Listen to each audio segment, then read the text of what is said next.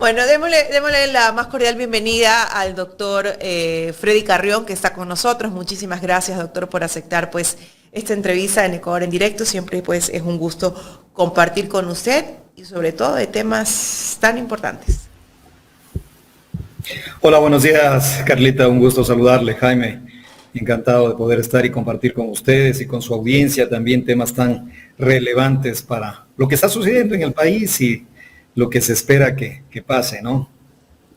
Entrando un poco en materia, bueno, pues ahora con esta reforma, actualización que pide el presidente sobre esta ley del uso de armas, ¿cuál es su apreciación? Mire, Carlita, creo que, claro, el problema del país es justamente que actuamos en función de las coyunturas políticas más que tratarse de un tema de política pública o una política de Estado. ¿A qué me refiero con esto? Usted sabe o el país conoce pues que la ley que regula el uso de la fuerza fue expedida ya hace más de 2 años, en agosto del 2022, y luego en junio del 2023 salió el reglamento. Una vez que ha estado vigente desde agosto del 2022 la ley, pues eso ha permitido o permitiría en otro sentido de que la fuerza pública, lo que significa Policía Nacional, Fuerzas Armadas y el Cuerpo de Vigilancia del Sistema Penitenciario puedan hacer uso de la fuerza en determinados contextos, un uso progresivo de la fuerza. De la misma manera, cuando se emitió el reglamento era para justamente regular lo que establecía la ley, indudablemente sin cambiarla o modificar o irse en contra de lo que se encuentra establecido en ella, pero para reglamentar, para regular cómo se daba y en qué caso se podría dar el uso de la fuerza. Creo que ahí está la norma, está clara, nos ha permitido ya contar con un instrumento legal que no existía. Tomen en cuenta que la ley parte de agosto del 2022 y desde con todas las denuncias que hicimos sobre el uso ilegal o excesivo de la fuerza que se utilizó en octubre del 2019, ha permitido que ahora podamos contar con un instrumento legal que establece de una forma más clara los contextos y sobre todo las formas en que se debe utilizar la fuerza de una manera progresiva, legal.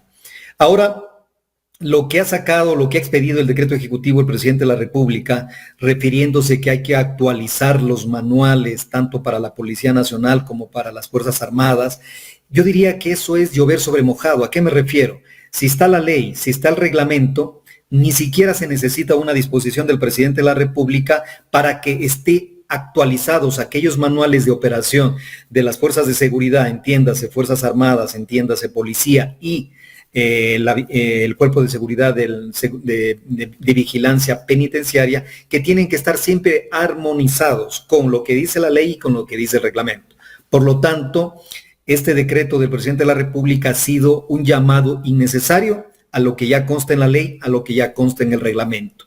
Yo lo que he visto más bien es un tema netamente político, es un tema político de coyuntura política, al sacar a relucir un decreto en el cual solicita que se actualicen los manuales para el uso de la fuerza. Lo que está diciendo es, oiga, hay una ley, hay un reglamento, yo dispongo que se actualice como una medida, insisto, política a efectos de generar una opinión pública favorable dentro de un entorno de inseguridad y violencia, que es lo que está imperando en estos momentos en el país. Doctor, queda claro que esto es netamente política por la época electoral en que empezamos a vivir, pero si vamos a profundizar esto, significa que cuando pedimos una actualización de la forma del uso progresivo de la fuerza, nos están diciendo también que no tienen el control de la seguridad. El control de la seguridad no lo tienen desde hace mucho tiempo, Carlita. O sea, a ver, tenemos que diferenciar que los problemas que atraviesa el país respecto de la inseguridad, de la delincuencia organizada, son problemas que han rebasado cualquier estructura de control. Me refiero al tema de las fuerzas de seguridad. ¿Por qué lo digo? Porque vemos a diario cómo el incremento de la delincuencia, con el incremento de las muertes violentas, el Ecuador en el 2023 ha sido uno de los países más violentos, con 43 por 100.000 habitantes en cuanto a homicidios, lo que nos da una tasa sumamente alta respecto a los países de la región. Frente a eso, la política pública de seguridad del gobierno no ha tenido ningún tipo de impacto, no ha tenido ningún tipo de efecto, pese a haber sido declarada la guerra interna y haberlos declarado a estos grupos delincuenciales como grupos no estatales violentos. Pero más allá de estas declaraciones, o retóricas que yo lo llamo, no ha habido una acción efectiva que permita que la ciudadanía se encuentre con la plena seguridad de que su situación o su vida como su integridad física se encuentran a salvo, e inclusive también el tema de los bienes. Creo que los medios de comunicación, la percepción ciudadana respecto de la seguridad, las denuncias y todos los hechos de los que hemos sido testigos revelan que en el caso, por ejemplo, de las extorsiones ha aumentado considerablemente el número de extorsiones de este tipo de delitos. En el caso de las muertes violentas seguimos con un porcentaje sumamente altos, si bien en algo ha bajado el porcentaje comparado con el 2003, pero se mantienen sumamente altos los porcentajes de muertes violentas, con lo cual la política de seguridad no ha tenido efecto. El hecho de que el presidente de la República mande este decreto, emita este decreto pidiendo que se actualicen los manuales, no nos dice nada, ni tampoco es un mensaje ni una percepción o una incidencia de política pública respecto al control de la delincuencia o garantizar la seguridad, porque no tiene ningún efecto en aquello. Tenemos que remitirnos o que decirlo, que el tema del control o del uso de la fuerza está orientado a que la fuerza pública, Fuerzas Armadas, Policía Nacional y el Cuerpo de Vigilancia Penitenciaria hagan uso de aquella fuerza en contextos de violencia, de inseguridad o de amenaza inminente a la vida o a la integridad física de las personas. Pero estamos hablando de regular un uso de parte de la fuerza pública. Indudablemente, se entiende que esto es para el control de la delincuencia, para garantizar la seguridad, pero lo más importante es que este tipo de reglamentos, la ley en su conjunto y el reglamento como tal, fueron emitidos justamente como una salvaguarda para contextos no tanto de seguridad o de delincuencia, sino de movilizaciones pacíficas que puedan tornarse en violentas, en donde la fuerza pública tiene que hacer uso de aquella fuerza para dispersar, controlar o evitar mayores contratiempos. Pero ya si hablamos de seguridad, esto no nos dice nada, el tema de este decreto ejecutivo del presidente de la República, en lo absoluto, porque para el tema de la delincuencia, para el tema de la seguridad, existen otro tipo de herramientas y sobre todo una política completamente distinta. O sea, esto más son temas excepcionales, ¿no? En determinados momentos donde se tenga que usar en actos donde tenga que caber el tema del uso de la fuerza. Yo recuerdo, abogado Carrión, de esta chica que le iban a robar, que era secuestrada y la tomaron de rehén, ¿no? Y la apuñalearon y el policía no hizo absolutamente nada. ¿Esos son casos excepcionales? No, más bien al revés. Los casos excepcionales son aquellos en donde se presentan, por ejemplo, situaciones de movilizaciones sociales. Bajo el derecho a la resistencia y a la protesta, indudablemente que se van a presentar situaciones excepcionales que puedan derivar en violencia. En ese sentido, como no existía una ley ni un reglamento que regulara y que permitiera, primero por un lado, el ejercicio de los derechos constitucionales como la protesta y la resistencia, pero por el otro lado también garantizar el orden público y evitar que una protesta termine en violencia, en ese sentido se emitió esta ley y emitió el reglamento. Pero indudablemente el objetivo de la ley y del reglamento era regular el uso de la fuerza en todo tipo de contextos, no solamente en el contexto de la violencia social, sino indudablemente también para el control de la delincuencia, para garantizar la seguridad. ¿En qué sentido? De cómo debe utilizar los miembros de la fuerza pública, Policía Nacional o Fuerzas Armadas, el arma o el uso de las armas letales y no letales, dependiendo del grado, dependiendo de la amenaza. Pero como digo, esta ley, el reglamento, está orientado a los miembros de la fuerza pública para que frente a una situación que no es excepcional, al menos en los actuales contextos del país, se ha vuelto generalizada, porque cada día estamos viendo cómo la delincuencia actúa de una manera sumamente agresiva, sumamente violenta, pero no vemos una reacción de parte de la Policía Nacional. Y cuando existen reacciones que no son inclusive de la Policía Nacional, sino también hasta de ciudadanos. Vimos el caso de un ciudadano que le lanzó el vehículo a dos asaltantes. Por ejemplo, ahí estamos y entró en debate si era justificado, si era proporcional ese uso de la fuerza. Con lo cual, indudablemente, si permitimos que la ciudadanía o que cualquier persona haga un uso excesivo de la fuerza, ya no se justifica ni la legítima defensa, ni nada por el estilo, sino que ya terminamos o derivamos en ámbitos primitivos de justicia propia, que eso indudablemente es lo que se debe controlar y evitar. De lo contrario, entraríamos en un caos absoluto en el país. Pero justamente a eso vienen las acciones del presidente de la República, porque bueno, ese caso justamente que usted menciona, por ejemplo, el caso de Diana Carolina, que fue asesinada y que el policía fue asesinada frente a un policía, el caso de este joven, ¿no? Que con su vehículo, pues no, atropella a estos delincuentes.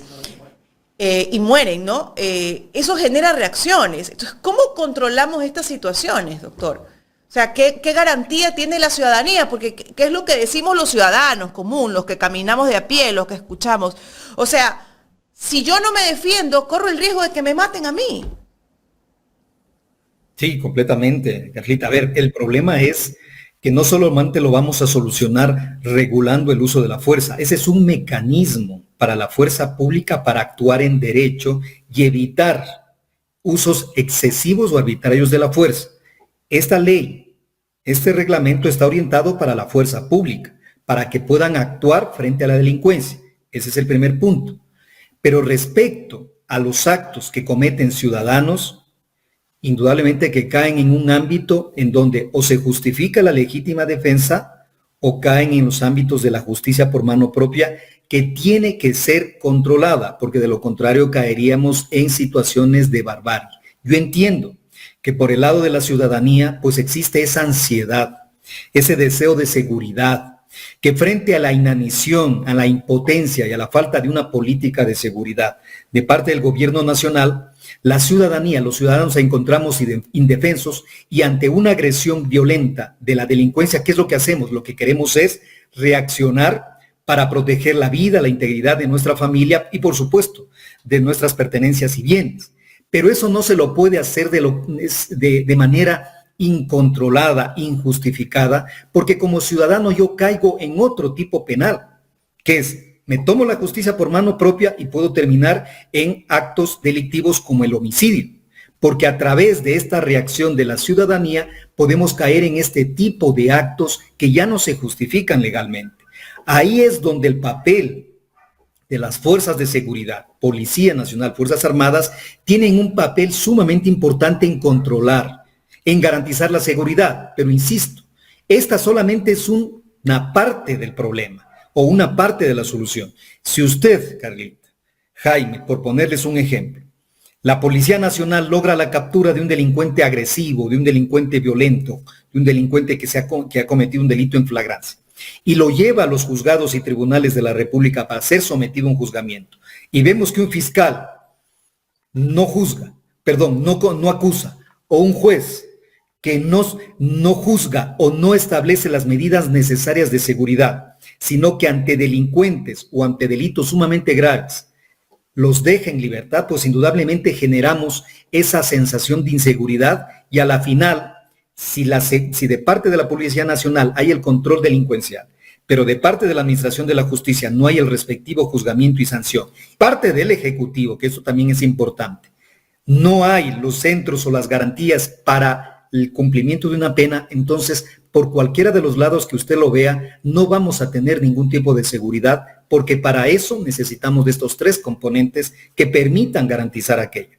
De lo contrario, seguiremos como estamos, frente, insisto, a una Policía Nacional que inclusive está infiltrada en temas de corrupción y de delincuencia organizada, frente a jueces y fiscales que de la misma manera se encuentran infiltrados. ¿Cómo podemos asegurar entonces la seguridad y el control directo a la delincuencia? Es muy difícil llevarlo a cabo porque es un problema estructural, no es un problema solamente de emitir un decreto ejecutivo en donde autorizo o dispongo que se actualicen los manuales para el uso de la fuerza. Con eso no soluciono un problema estructural que tiene otro tipo de componentes. Doctor, quiero poner en pantalla 4 puntos de este decreto que son relevantes, ¿no? Y que podrían incluso hacer mal uso los miembros de la fuerza pública. El primero dice: en defensa propia o de otras personas en cumplimiento del deber legal, en caso de amenaza o peligro inminente de muerte o lesiones graves. En defensa propia o de otras personas. ¿Y quién determina si usó o no en defensa propia ese miembro de la fuerza pública el arma? Justamente, Jaime, cuando estamos hablando del uso legítimo de la fuerza, lo que estamos estableciendo es niveles. La ley establece cómo se debe o qué ampara el uso legítimo de la fuerza. El reglamento que se expidió en el 2023, en junio del 2023, ya establece el procedimiento y una forma escalada de medio a máximo, es decir, dependiendo del tipo de amenaza. Si hay una amenaza inminente a la vida, ¿de quién? Por ejemplo, si estamos hablando de que estamos ante un acto delictivo y participa un miembro de la fuerza pública, la Policía Nacional, participa uno de sus miembros, dependerá del tipo de amenaza. Si es una amenaza directa a mi vida o a la de terceros que se puedan encontrar en el lugar, yo tengo que actuar inmediatamente con el uso de arma letal. Pero si no se tratara de aquello, sino que es de una amenaza menos grave, por ponerlo en un término, tengo otro tipo de canales hasta el último, que es el utilizar un arma de uso letal. Son niveles que se establecen o que son propios dependiendo de la circunstancia, porque no podremos juzgar de manera muy general en qué momento la amenaza a la vida o la de terceras personas se puede dar, porque depende del contexto, depende de la circunstancia. Pero en cada miembro de la fuerza pública está la facultad, de acuerdo a los mecanismos que establece el reglamento, primero de actuar a través de una verbalización. Si la verbalización no fuera lo suficientemente efectiva, indudablemente yo tengo que recurrir al uso de las armas menos letales. Y si estas armas menos letales, como las armas cinéticas, que son balas de goma, tampoco fueran suficientes, indudable, tengo que hacer el siguiente paso, que es el uso del arma letal. Esto indudablemente, este procedimiento no es que va a tomar minutos, ni horas, ni nada por el estilo. Son cuestiones de segundos en donde queda a criterio también de cada miembro de la fuerza pública para actuar en determinado contexto, utilizando estos mecanismos que establece el reglamento, que establece la ley. Lo que dice el decreto no nos dice nada más allá de lo que está en el reglamento, en lo que está la ley. Por eso yo decía que esto es innecesario. Esto es un saludo a la bandera que no ayuda ni consolida absolutamente nada, sino que es una medida netamente política para mandar un mensaje respecto a que están controlando la delincuencia. O sea, esto ya existe, doctor, todo esto ya existe. Sí, por supuesto, esto se encuentra en el reglamento que se emitió en junio del 2023 y también se encuentra indudablemente en la ley. Lo que dice el decreto es repetir lo que ya se encuentra en estas normas jurídicas, Jaime. Correcto, o sea, el presidente de la República firma este decreto en este momento como para decir que en realidad está o va a combatir a la delincuencia o al crimen organizado, tal vez. Eso podríamos pensar que es como parte de la campaña política que se viene. Exactamente, es un tipo de campaña política, porque lo que quiere mandar el presidente de la República es el mensaje diciendo, miren, estoy combatiendo la delincuencia, soy un presidente firme, directo, que va a darle cara a la delincuencia, y ya he solicitado que actualicen los manuales. Los manuales, Jaime, se encuentran actualizados porque existe una ley y existe un reglamento.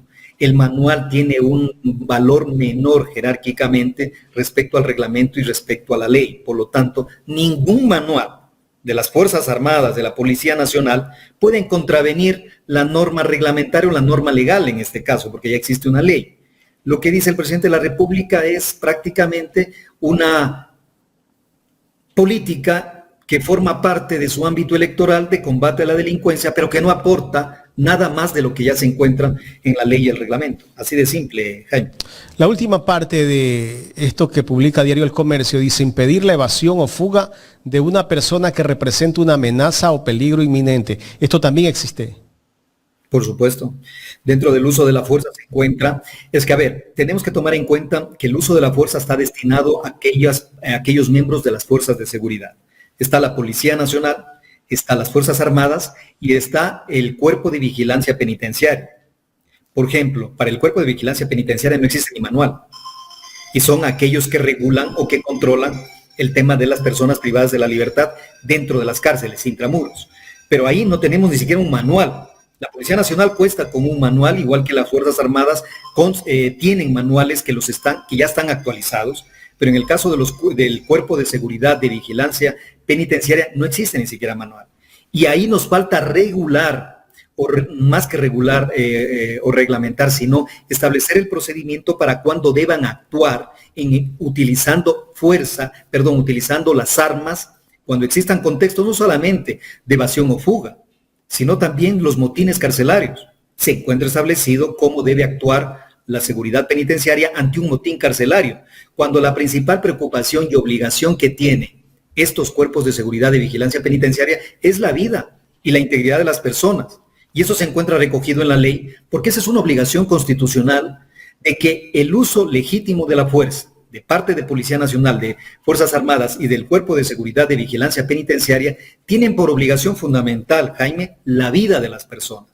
Por eso es que se ponen grados, y estos grados que implican de que para yo actuar en un contexto violento, primero tengo que determinar la amenaza, porque una cosa es muy distinta, para ponerle en un ejemplo, Jaime.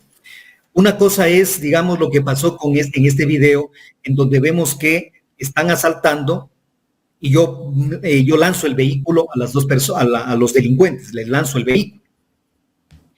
Otra sería muy distinta a lo que pasó, recordará usted, en Ibarra, en donde indudablemente teníamos al delincuente con un cuchillo, con un arma blanca, y la amenaza era real, directa, inminente contra la vida de las personas.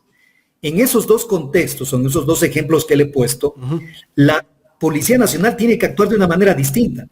Si vemos que hay alguien que le está apuñalando o que le está amenazando con un arma blanca a una persona, pues usted tendrá que, en cuestión de segundos, determinar si la verbalización como uno de los mecanismos para evitar que cese o para que cese el peligro es o no efectiva, o si no directamente al uso de un arma letal.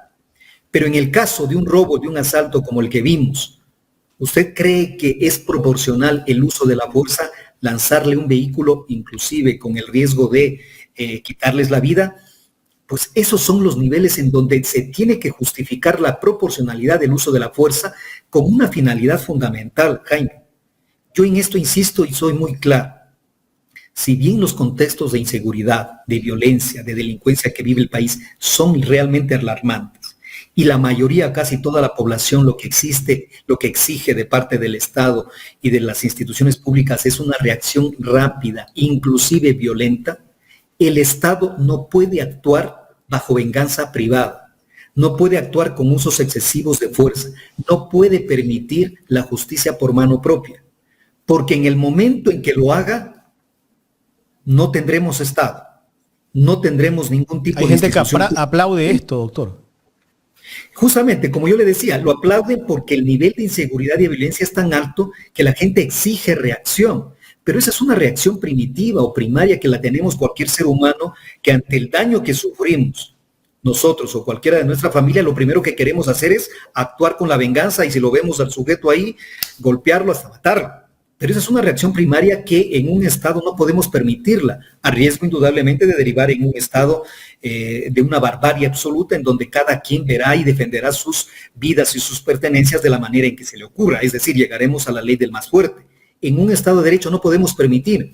Por eso existe la ley, por eso se emitió el reglamento y por eso se exige que la fuerza pública, que es la que detenta, la que porta las armas, las utilice de una manera proporcional, legítima, que no signifique ningún uso excesivo, porque de lo contrario, como lo dice la ley, como incluso lo dicen las normas internacionales de protección de derechos humanos, aquel funcionario público que utilice un arma de forma excesiva, arbitraria y ilegal, va a ser sometido a un procedimiento administrativo y hasta penal, porque no elude o no evita la responsabilidad por hacer uso de esa arma. Pero en esto quiero también decirle algo, Jaime, que es importante que lo tengamos claro. La ley del uso de la fuerza está orientada a la fuerza pública, a los cuerpos de seguridad. Es decir, esta ley regula el uso de la fuerza del Estado. Para las personas privadas, esta ley no aplica, porque es para el funcionario público, es importante considerarlo. Por lo tanto, cuando una persona privada, particular, hace uso de esta fuerza, es decir, tiene un arma, dispara o convierte a un vehículo, en este caso, en una arma mortal, se tiene que someter a los procesos de justificar una legítima defensa y ahí entran criterios de la proporcionalidad del uso empleado frente a la agresión recibida. Es decir, ya entramos en ámbitos penales. Por eso es importante, por eso es fundamental. La seguridad está a cargo a manos del Estado y yo como ciudadano le exijo al Estado que actúe, porque no me puede permitir el Estado o no me puede obligar el Estado, por la situación de indefensión en la que nos encontramos, que yo sea el que actúe en defensa, porque de lo contrario, insisto, el Estado sería innecesario.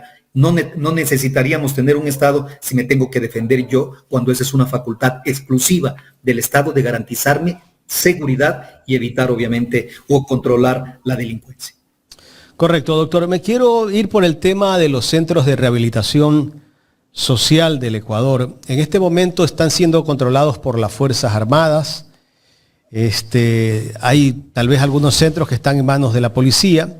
¿Esta decisión que ha tomado el gobierno nacional es prudente o no? Pues yo lo diría en parte o relativamente. ¿Por qué? Como usted conoce o el país conoce, vivíamos contextos de mucha inseguridad y los motines y las masacres carcelarias a vista y paciencia de las autoridades del Estado es un delito que hasta el día de hoy no ha tenido responsables, y la responsabilidad es del Estado. Porque el hecho de que una persona esté privada de la libertad no significa de que está cumpliendo o que deba cumplir una pena de muerte. Ojo con esto, está cumpliendo una pena privativa de la libertad. En el Ecuador no hay pena de muerte. Y los centros carcelarios se transformaron en centros en donde se cumplían penas de muerte. ¿Por qué? Porque indudablemente existía una masacre carcelaria y mataban a cientos de personas, a vista y paciencia de las propias autoridades del Estado. Eso significa que existe una responsabilidad del Estado porque prácticamente, o en la práctica, perdone la redundancia, lo que significaba es que una persona que era sentenciada a un delito o que se encontraba bajo prisión preventiva iba a cumplir una pena de muerte porque estaba sujeta al control de las mafias delincuenciales que tienen o tenían el control de las cárceles y disponían de la vida o de la muerte de una persona privada de libertad. Eso es muy grave. Como digo, eso todavía no ha existido ningún tipo de responsabilidad, pese a que la tiene el Estado porque él es el custodio de las personas privadas de libertad, por un lado. Las Fuerzas Armadas, la Policía Nacional ahora están a cargo de los centros de privación de la libertad, es cierto, por estas condiciones o estos antecedentes que le he mencionado. Pero eso no significa que ha logrado tener un control, porque al interior de las cárceles sabemos cómo se siguen manejando, al interior de las cárceles sabemos qué es lo que sucede, cómo se manejan las cárceles, sobre todo quiénes son los que ingresan y que forman y que van a formar parte de grupos delincuenciales. Eso creo que es una realidad evidente que ya nadie la desconoce. Y por el otro lado tenemos que las cárceles, que son centros de rehabilitación social, no cumplen dicha finalidad por la inexistencia de una política de rehabilitación social que debería tener el Estado. Si usted lo ve, en todo este contexto no solamente es seguridad, no solamente se trata de garantizar que no existan masacres, que por supuesto es obligación del Estado hacerlo, sino que adicionalmente tiene que ir de la mano con garantizar que las personas privadas de la libertad entren en un proceso de rehabilitación, porque insisto, ni existe cadena de pena de muerte ni existe cadena perpetua. Por lo tanto, estas personas terminarán saliendo y recuperando su libertad, y es obligación del Estado garantizar que no existan las reincidencias, porque de lo contrario volveríamos al mismo sistema como una especie de círculo vicioso. Todo esto indudablemente es obligación del Estado. El hecho de que las Fuerzas Armadas y la Policía Nacional garanticen la seguridad exterior, porque no están al interior. Al interior sigue siendo el Cuerpo de Vigilancia Penitenciaria el que está a cargo de las cárceles. Y con todos los problemas que tiene este cuerpo de seguridad, adiciónele usted el tema de la corrupción. El tema de la corrupción es el pan de cada día y es un tema sumamente importante, fundamental, que tiene que encargarse el Estado de resolverlo, porque de lo contrario ningún sistema va a funcionar a nivel penitenciario, ninguno. Y el hecho de que tengamos a las personas en las cárceles tampoco garantiza de que evitemos o de que ahora sí garanticemos lo que significa la seguridad.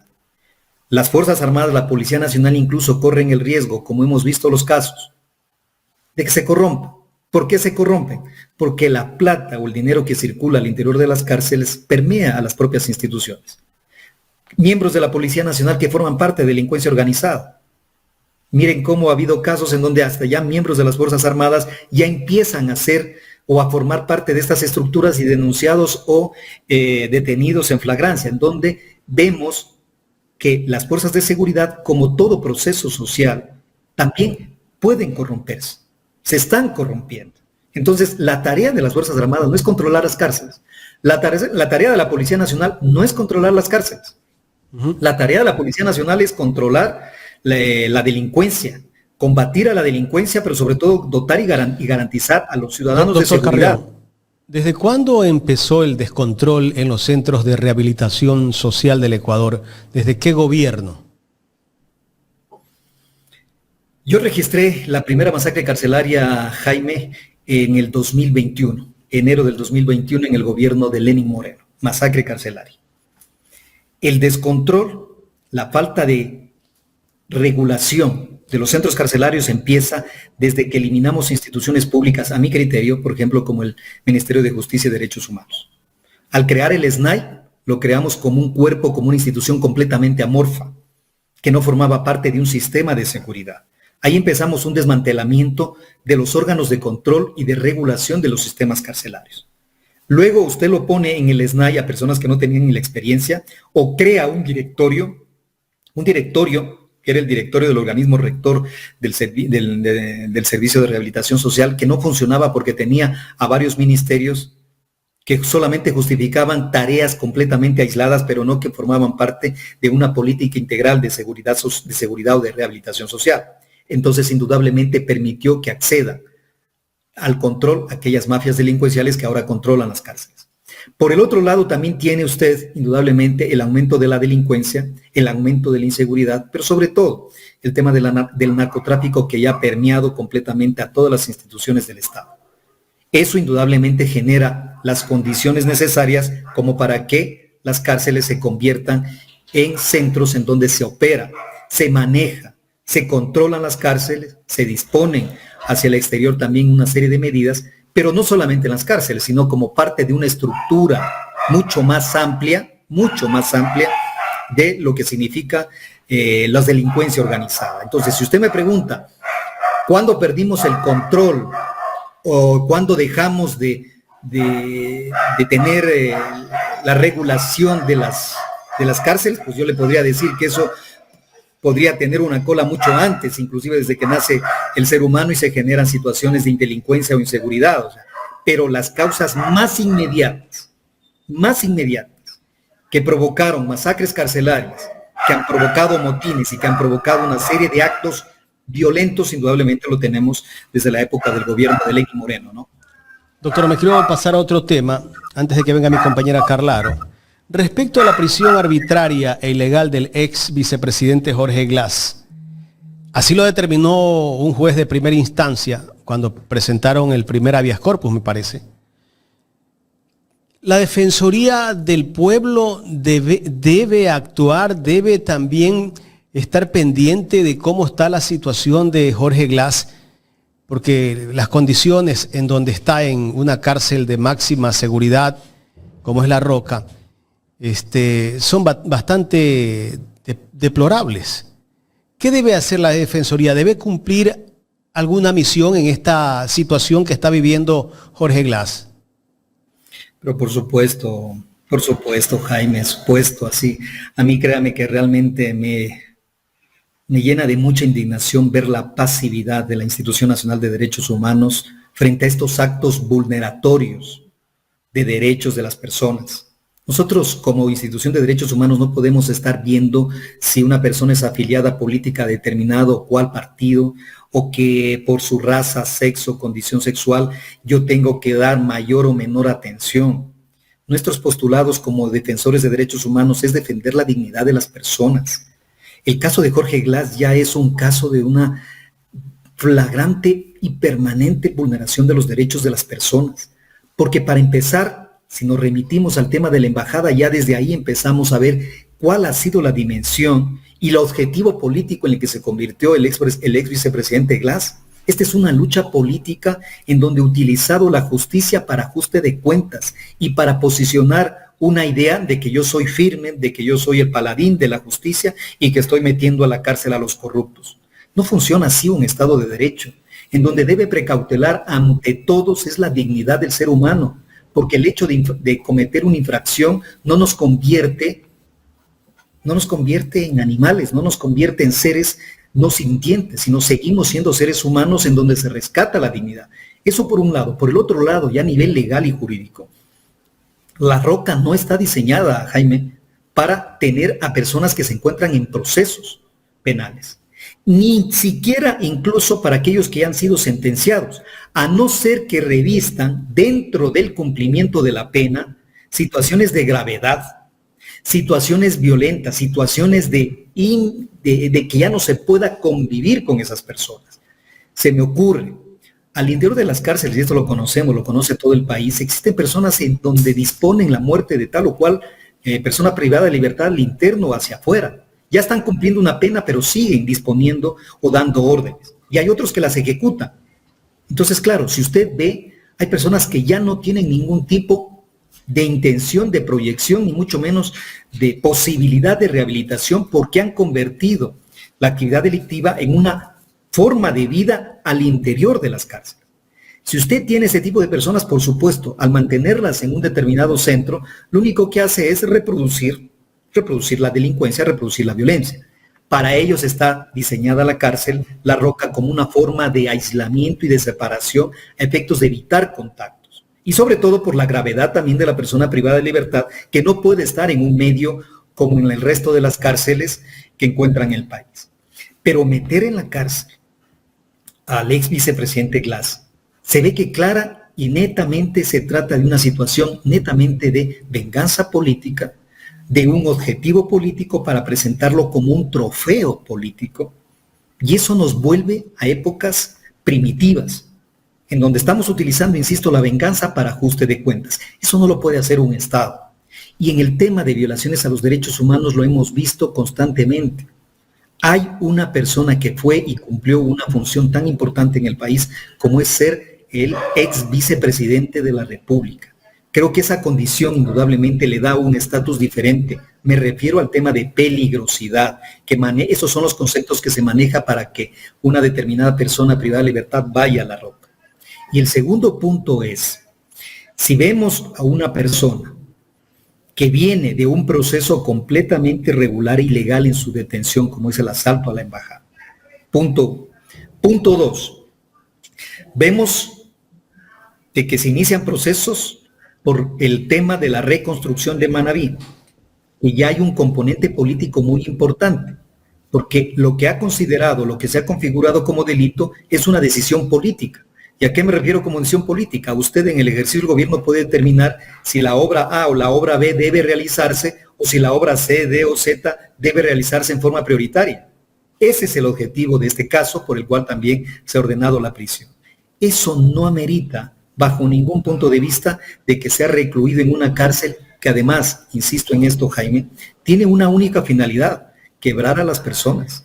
Cuando me refiero a quebrar a las personas, significa que con el aislamiento casi permanente que tiene una persona, porque pasa recluido en esa celda, que no tiene contacto con el aire libre, eso indudablemente genera una depresión absoluta que puede derivar en los intentos de suicidio.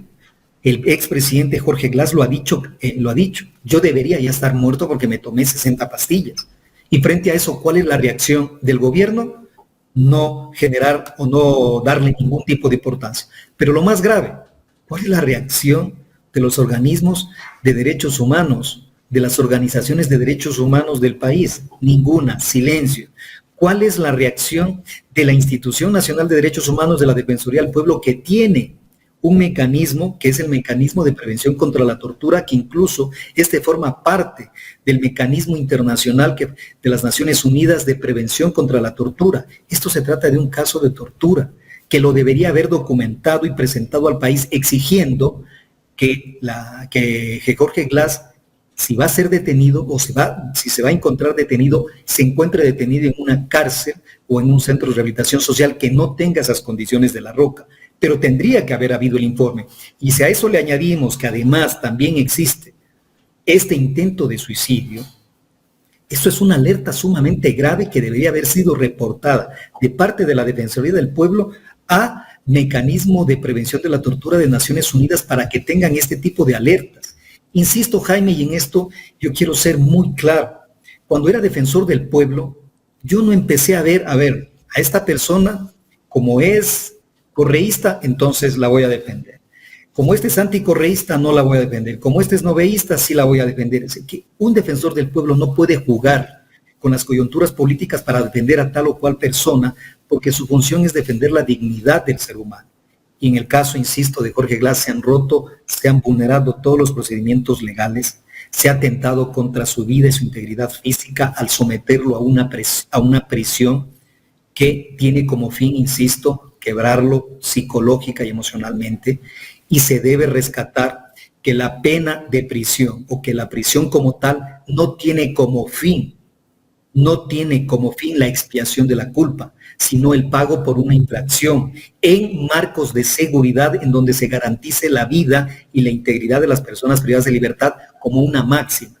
Si no lo hacemos, indudablemente estamos viendo cómo cualquier persona de hoy en mañana puede tener el mismo tratamiento que lo tiene Jorge Glass, que lo tiene Muentes, que lo tuvo Wilman Terán. Mire que en el caso de Wilman Terán, ¿qué ha sucedido? La propia jueza en Matapia llegó a decir que le presentaron el estado clínico, el estado o la historia clínica de la persona privada de libertad y que ahí determinaba cuál había sido el tratamiento que le estaban dando y que, claro, ella dispuso que sea trasladado a otra cárcel. La pregunta es si solamente es Wilman Terán el que ha tenido ese tipo de tratamiento. Los otros dos que se encuentran, como Muentes o como Jorge Glass, tienen igual tratamiento, pero de ellos no se pronuncia, porque la política se ha mezclado en el tema de la justicia y de los derechos humanos, de tal manera que usted tiene derechos humanos dependiendo de qué partido político pertenezca. Usted tiene derechos humanos dependiendo si está con el gobierno o está en contra del gobierno. Imagínese las barbaridades a las que hemos llegado en el Ecuador. Doctor Carrión, ¿qué pasa con los informes de los diferentes organismos de derechos humanos que han hecho a favor de Jorge Glass y con el afán y objetivo de salvaguardar su vida? ¿En algún momento tendrá algún tipo de amonestación el Estado ecuatoriano? Sí, por supuesto, Carlita. O sea, a ver, en estos momentos, indudablemente que bajo el ejercicio soberano de un país puede aceptar o no aceptar cumplir con estos informes que si bien no son vinculantes, pero indudablemente demuestran una preocupación de organismos internacionales sobre la situación de un determinado país. Eso es indudable. Pero en estos momentos, si bien un país, como digo, bajo la soberanía que le caracteriza, decide actuar o no actuar, no es que evita o elude la responsabilidad, sino que la responsabilidad tarde o temprano le caerá. Esto es más o menos como lo que sucede en la Corte Interamericana de Derechos Humanos. Se litiga, sí, por 5 o 10 años, pero al final se llega a determinar la responsabilidad del Estado y el Estado tiene que cumplir, porque ha sido sentenciado, porque ha sido sancionado. En estos momentos no se está cumpliendo ni con los informes, ni con las recomendaciones que dan organismos que además tienen el carácter vinculante. Y no se lo hace justamente porque también tenemos un sistema judicial que no exige al Ejecutivo que cumpla con aquello. Bajo las normas vinculantes que tienen el efecto obligatorio, las normas internacionales de protección de derechos humanos, tendría que haberse cumplido desde hace mucho tiempo, primero con las medidas cautelares que dio la CIDH a Jorge Glass. No se las ha cumplido.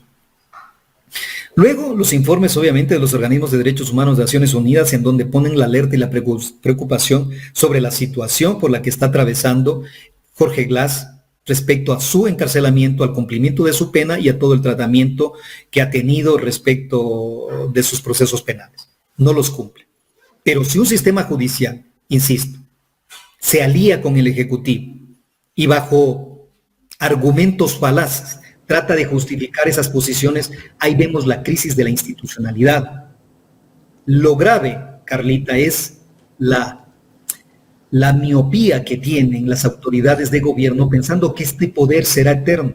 No se dan cuenta que lo que en estos momentos ellos están vulnerando, este derecho a la seguridad jurídica, a garantizar y proteger los derechos humanos, puede que el día de mañana sean ellos los que estén sometidos a procesos judiciales y lo que van a apelar es justamente respeto a mis derechos que ellos en su momento, cuando tenían el poder, los vulneraban. Esto es como escupir al cielo y pretender de que no me caiga, cuando lo que tenemos que hacer como Estado es justamente garantizar los derechos que están en la Constitución, que nadie le está diciendo que se invente, porque esa sería o es la mejor manera de que mañana si yo estoy en idénticas circunstancias, sometidas a procesos judiciales, se garanticen y respeten mis derechos. Es lo más elemental y lógico de sociedades democráticas.